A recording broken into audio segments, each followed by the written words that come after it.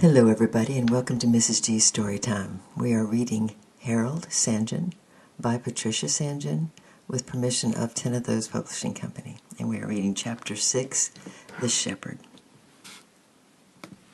Ella was delayed in England longer than expected, owing to an operation of appendicitis and the impossibility of getting a passage back in wartime. And Harry scoured the wild countryside on horseback in an extraordinary, fruitful missionary journeys with Mr. Payne in Bolivia and Paraguay. He tells of a man who stood in the middle of a meeting and asked to be allowed to confess Christ, of another who traveled 30 miles to be saved, of a young woman 27 years of age with consumption who died, clearly resting in the finished work of Christ. He must have traveled hundreds of miles, too, over the Argentina mountains, seeking out lonely, isolated Christians. And at each little hut we dismount, he wrote, gave them any news we had, gathered as many as we can, and then the book is produced. A few verses read, very simple and tenderly we show them God's way of peace. Prayer is offered and a hymn is sung, and we remount and pass on our way. One morning we had to see a quarryman a few miles away who begins work at 6 a.m., so our start had to be early. We found that the rough life of mining camp had dimmed the brightness of his joy in Christ. And we had a quiet, solemn time, leaving him to the care of the one who taught David to say, "He restoreth my soul." From April to June, Harold accompanied Mr. Strange in his motor launch, visiting the islands of the River Plate. It was bitterly cold, and in Harold's words, "The people are as simple as they are dirty." One man remarked in self-defense when I commented on his condition, "Well, I washed last October." Another one said, "As for me, I wouldn't bathe for $20. We were able to hold meetings in 2 houses, and in one case all the audience came by boat, some 30 people having braved distance and darkness, the bitter cold, and the hidden dangers of the river to hear the gospel preached. One of the Christians we met was a certain Don Enrique. He had been a publican with good business, but when the grace of God conquered him, he gave up his calling, and when I met him he was earning just a few shillings a week, working in winter up to his knees in mud, cutting down rushes for the basket makers. As may be supposed, he and his large family were radiantly happy in their deep poverty. Christ has made many shining jewels in this land, who shame me with their self-denial and the realization of the demand and the appeal of the cross as motives for self-consecration. With them, an elementary sense of justice will not allow them to offer less than all to the Son of God. During July, Harold was off again in a walking tour through Uruguay. During that journey, he traveled the rough country roads on foot for a distance of 350 kilometers, sleeping on mud and brick floors. He tells of an increasing exhilaration in preaching the cross, and also of the loving kindness and care of his God every step of the way. 2 incidences stand out clearly. Late one evening, my companion and I were finishing a long day's march, laden with the stock of books.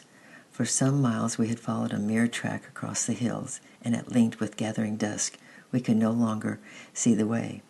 It was midwinter and bitter cold, and we were miles from the village. My companion was a good deal less hardy than myself, and to sleep outdoors would be unthinkable, and it was too wet to make a fire. I prayed that God would find us a way, not suggesting that he should do that, but remembering Gerhardt's Tertullian's excellent remark, "I am my Father's child, but not his privy counselor." Even as I was praying, we heard the sound of wheels, and out of the gloom appeared a rough sort of coach, whose driver hailed us and offered to carry us to the village.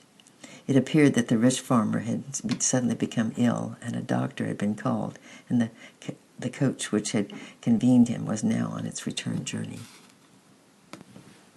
A second incident was a gentler touch of God's hand. When I had come down from the north to meet my wife, it was hot weather, and I only had my lightest clothes on. Owing to the impossibility of her getting a passage, several months elapsed before her arrival. I found myself traveling in an icy winter, with very little protection from the cold.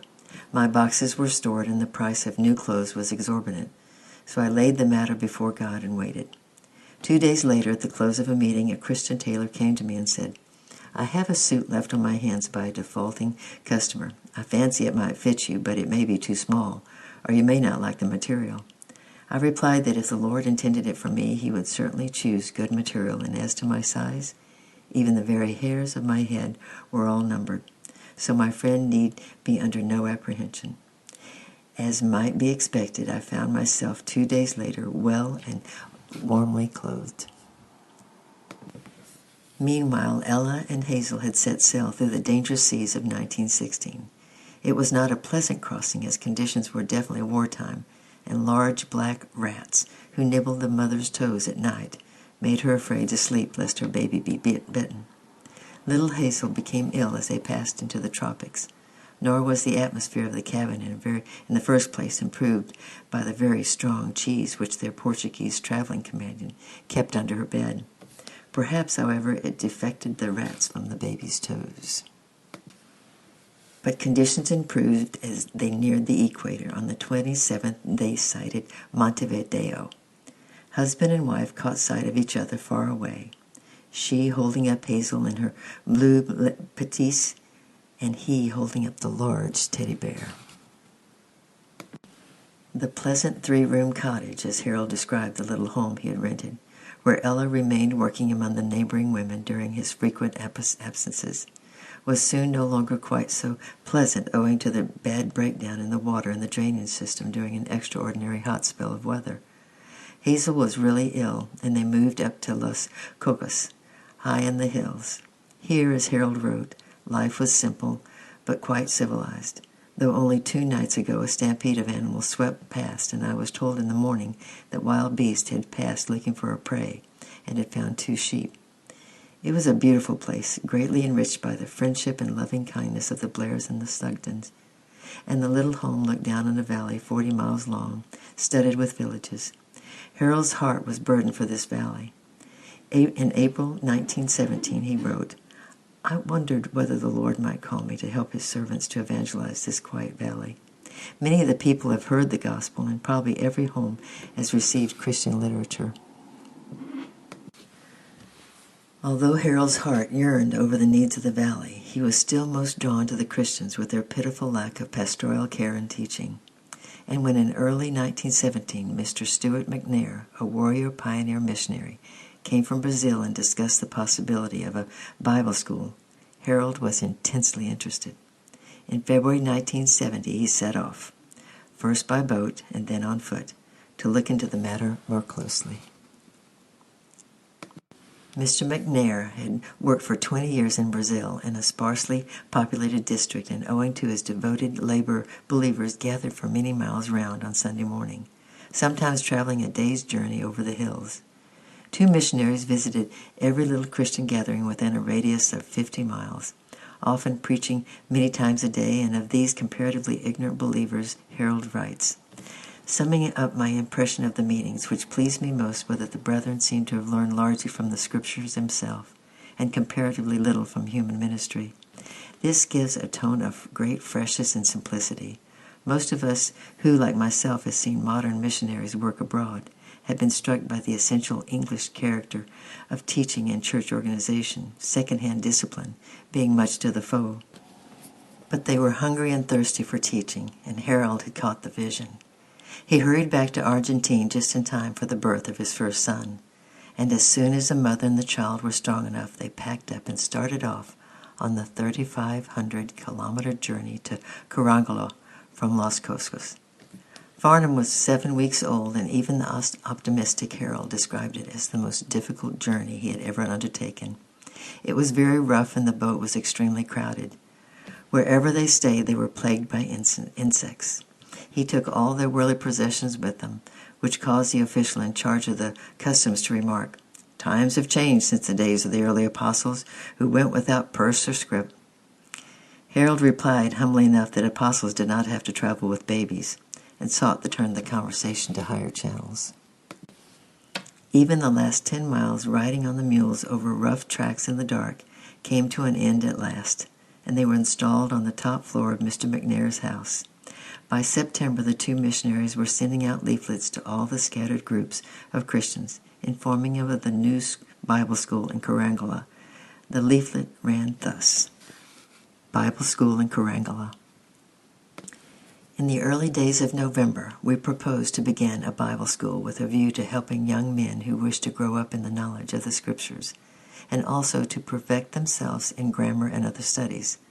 The classes will continue for 6 months, the lessons occupying from 5 p.m. to 8 p.m., thus leaving the day free for students to earn their living. The students will not be involved in any expense beyond the purchase of the lesson books, but we cannot accept responsibility as to their maintenance. Each must maintain his manner of life and work with his neighbors. Any applicant who is unknown to us must produce letters of commendation signed by persons in whom we have confidence. Our chief desire is that there may be an atmosphere of prayer and spiritual power, in order that, while progressing in study, there may still be more progress in the knowledge of God. And it is signed Stuart McNair and Harold St. John. 12 students had booked by November, and almost all working in the coffee or sugar fields from dawn till late afternoon. A number of local visitors would also drift in to the evening sessions, so that little room was often quite full. Reading, geography, elementary mathematics were taught by Mr. McNair. Harold took the Bible classes. He chose the Tabernacle and Romans as his opening theme, and a weekly examination was given. At the weekends, the students gathered far and wide to preach the gospel. During the day, Harold did medical work, as to bring a doctor from the nearest city would have cost upward of £5. Leprosy was not uncommon, and practically no precautions were taken. He speaks of lepers freely partaking of the communion cup in the country meetings, and he tells of a man with terrible ulcers on his legs while he visited constantly for 7 weeks, and who was finally converted. This man's mother believed too, and the house became a local dispensary and meeting room. The Bible School in Karangala was a sort of pioneer venture. Its spiritual results quickly proved to be deep and worthwhile. The Spirit worked freely in the hearts of that group of simple, single-minded young lads, and many went forth from the Bible school as able ministers and evangelists.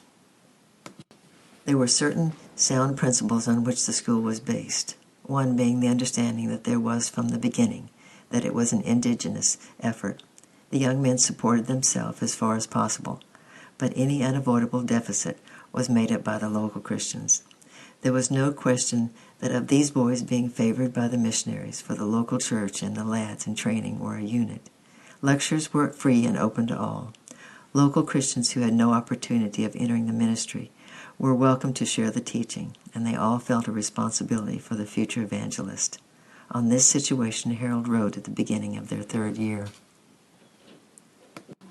In respect of food, we are giving more variety and spending some hundreds of dollars more than in the last school.